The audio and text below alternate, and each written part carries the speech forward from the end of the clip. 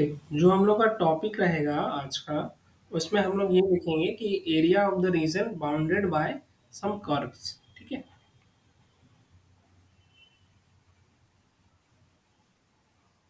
Area of region bounded by curve. Basically इसमें होता क्या है कि हमारे पास कुछ पर्टिकुलर टाइप ऑफ रीजन आते हैं। ठीक है। सपोज जस्ट एज ए छोटा सा एग्जांपल हम ले लेते हैं। मान लो कुछ इस तरह का हमको एक शेप दिख रहा है। ठीक है। ऐसे इसको कहा जाता है पैराबोला। ठीक है। This is a parabola. And ये किस टाइप का पैराबोला है? राइट हैंडेड पैराबोला है।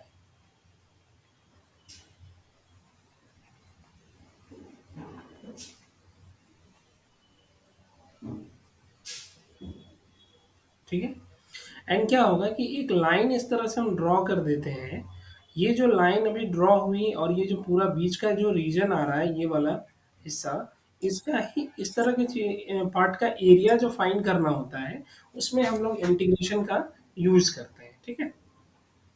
तो सबसे पहले कुछ बेसिक बेसिक तरीका हम सिखाते हैं, जिसके हेल्प से आसानी से हम लोग इंटीग्रेट कर सकते हैं। ओके। देखो, फर्स्ट जो केस होता है, फर्स्ट केस में क्या होगा कि area of the region bounded by y equal to f x and the line, कौन सा लाइन होगा? x equal to a line and x equal to b line. ठीक है। तो फिर उस केस में एरिया कैसे फाइंड किया जाता है? Then area is equal to integration y dx के हेल्प से फाइंड किया जाता है, फ्रॉम a टू b। ठीक है। a और b जो है इसके लिमिट्स हो जाएंगे। जैसे कि सपोज करो कि एक छोटा सा इस तरह का कोई कर्व हम ले लेते हैं। ठीक है। मान लो कि मेरा कर्व इस तरह का है। ये कर्व है y equal to f x. उस कर्व का इक्वेशन खुद वहां पर दिया हुआ रहेगा। यहाँ से हम क्या करते हैं, एक लाइन हम इस तरह से ड्रॉ कर रहे हैं। ये हमारा पॉइंट ए पे कट कर रहा है, ए कॉमा जीरो इसका कोऑर्डिनेट हो गया। और ये वाला जो लाइन है इसे हम कहेंगे x equal to a line.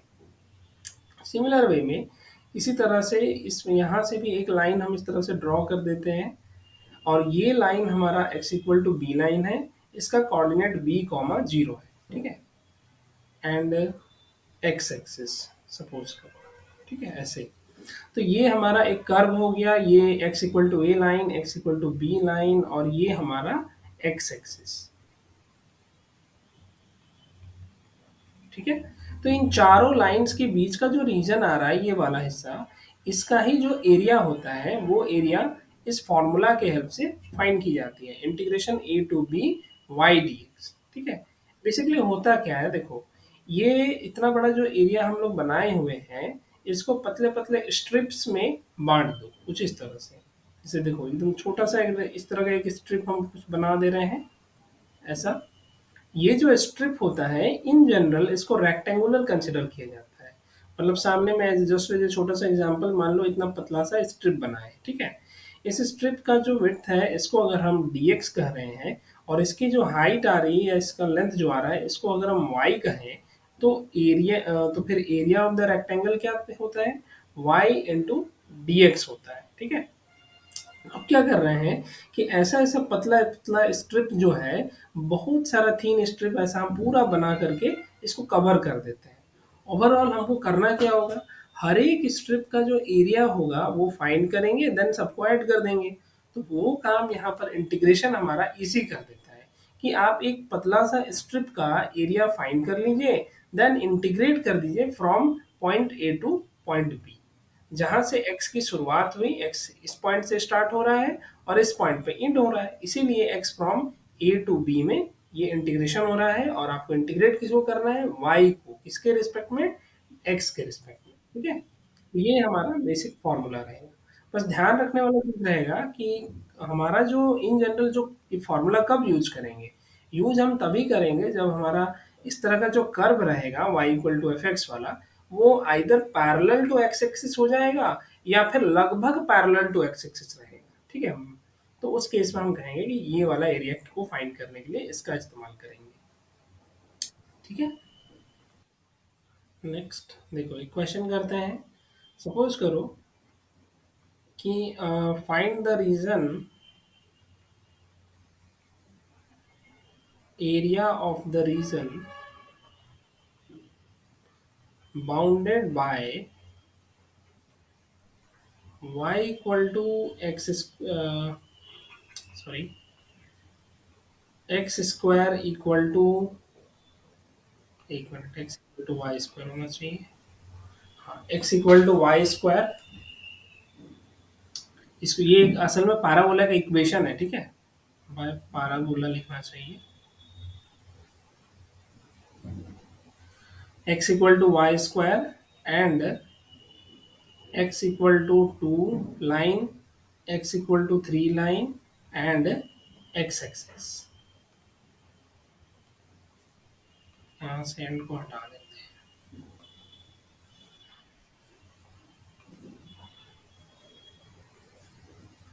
Okay.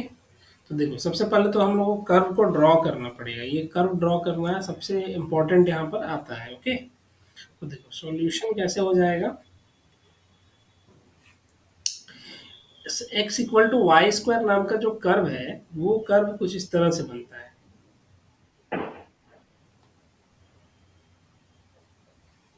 ठीक है। ये तुम्हारा जो कर्व है यही तुम्हारा x equal to y square वाला कर्व है। अब उसके बाद बोला गया है कि एक्स इक्वल टू 2 लाइन। तो देखो और एक एक्स इक्वल टू 3 लाइन दिया गया है। ठीक है। तो 2 एक्स, एक्स एक्सिस पे 2 जहां पर होगा 2,0 इसी पॉइंट से पास होता हुआ एक स्ट्रेट लाइन इस तरह से हम लोग ड्रॉ कर देंगे। ठीक है। सिमिलर वे में एक्स इक्वल टू 3 अगर ड्रॉ करना है तो एक्स एक्सिस पर ही 3,0 को ढूंढना है और इसी से जस्ट पास होता हुआ एक दूसरा लाइन ऐसे ड्रॉ कर देंगे। हो गया। और फिर बोला गया है कि एक्स एक्सिस भी चाहिए। तो एक्स एक्सिस मतलब ये वाला लाइन। इसको कलर चेंज करते हैं। एक तो ये लाइन हो गया, एक हमारा ये लाइन हो गया, एक ये कर्व हो गया और फिर ये वाला हमारा लाइन बन जाएगा। ठीक है। तो बीच का जो रीजन आ रहा है इसका ही हमको एरिया फाइंड करना है। तो कैसे फाइंड करेंगे। एरिया ऑफ द रीजन, देखो इसको नाम दे दो सबसे पहले ओ ए बी सी, इस तरह से। तो area of the region O A B C is equal to integration y d x and x कहाँ से स्टार्ट हो रहा है। देखो इस पॉइंट से स्टार्ट हो रहा है, यानी कि एक्स इक्वल टू 2 से हम स्टार्ट करेंगे और एक्स इक्वल टू 3 लाइन पे ख़त्म कर देंगे। ठीक है। अब नेक्स्ट हमको यहाँ पर देखो इंटीग्रेशन किसका करना है। एक्स के रिस्पेक्ट में इंटीग्रेशन हो रहा है, जबकि यहाँ तो वाई लिखे। वाई कहाँ से आएगा।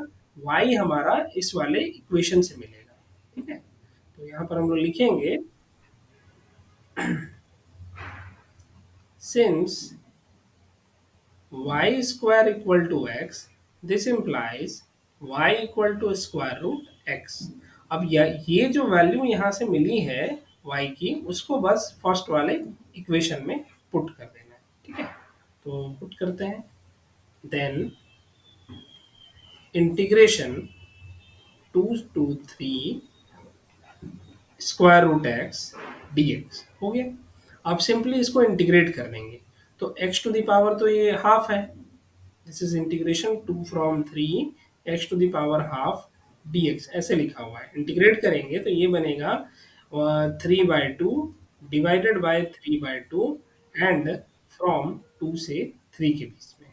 तो ये आ गया तुम्हारा 2/3 into x to the power 3/2, यहाँ से 3 हो गया और ये 2 हो गया।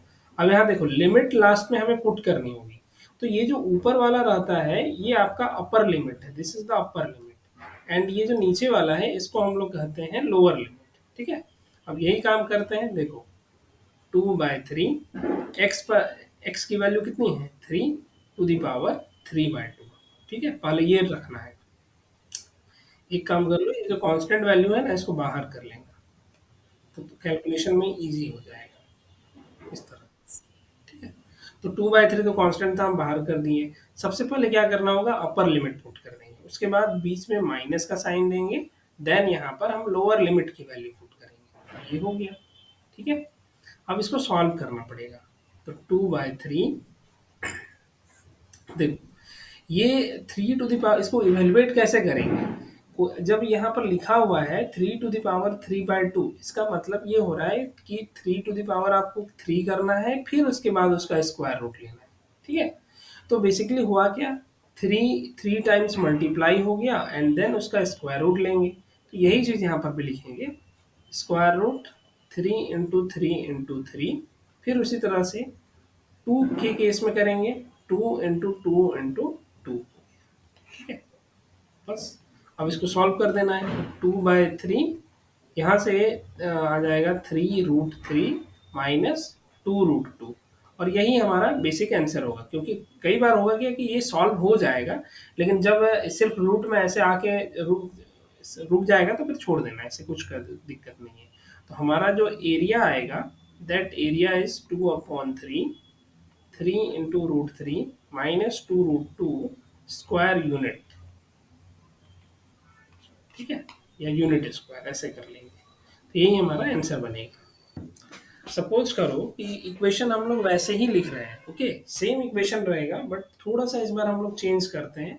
क्या चेंजेस होगा देखना। Find the area of the region bounded bye x equal to y square and line x equal to 3। अब ये क्या बोलना चाह रहा है पहले समझो। देखो सबसे पहला चीज तो है कि हमारा जो कर्व है वो x equal to y square है, तो ये कर्व कुछ इस तरह का बनेगा। ठीक है, then x equal to 3 line बोला गया है, यानी कि जिस पॉइंट पे x एक्सिस पे 3,0 है, इसी पॉइंट से होते हुए एक लाइन ऐसे हम ड्रॉ करेंगे इस तरह से। तो ये जो लाइन बना, ये लाइन और ये कर्व, इन दोनों के बीच का जो रीजन है उसका ही एरिया फाइंड करना है, इसका भी, इस ये पूरा पार्ट का।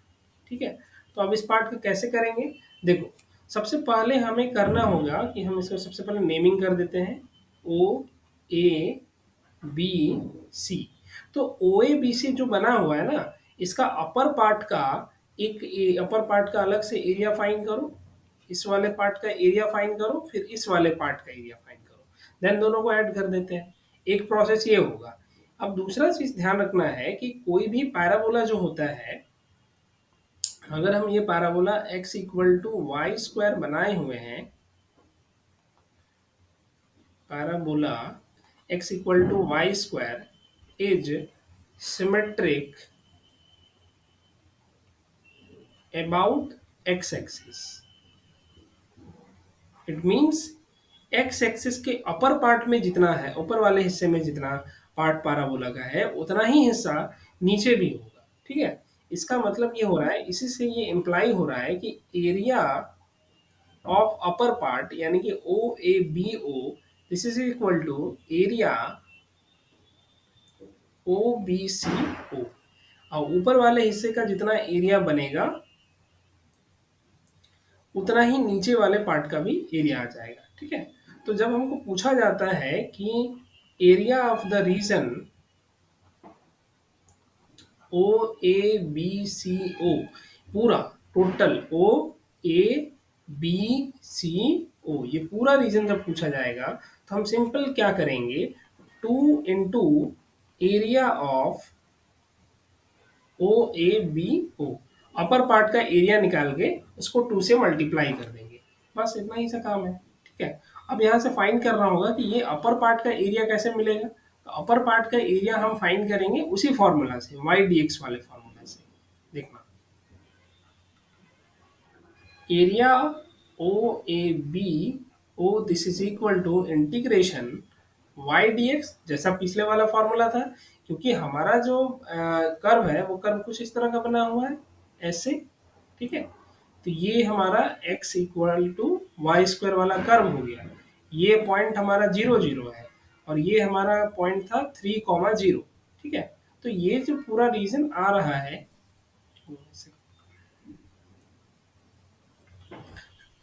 ये वाला हिस्सा, सिर्फ इसी का ही एरिया निकाल के इसको 2 टाइम्स हम कर देंगे। तो देखो वाई डी एक्स तो अपना करना ही करना है। अब यहाँ से देखना क्या है, एक्स की शुरुआत कहाँ से हो रही है, एक्स तो यहाँ से स्टार्ट हो रहा है 0 0 पॉइंट से। ठीक है, ये तो ओरिजिन होता है ना, तो ओरिजिन स्टार्ट होता है x इक्वल टू 0 पॉइंट से, यहाँ से स्टार्ट हो रहा है।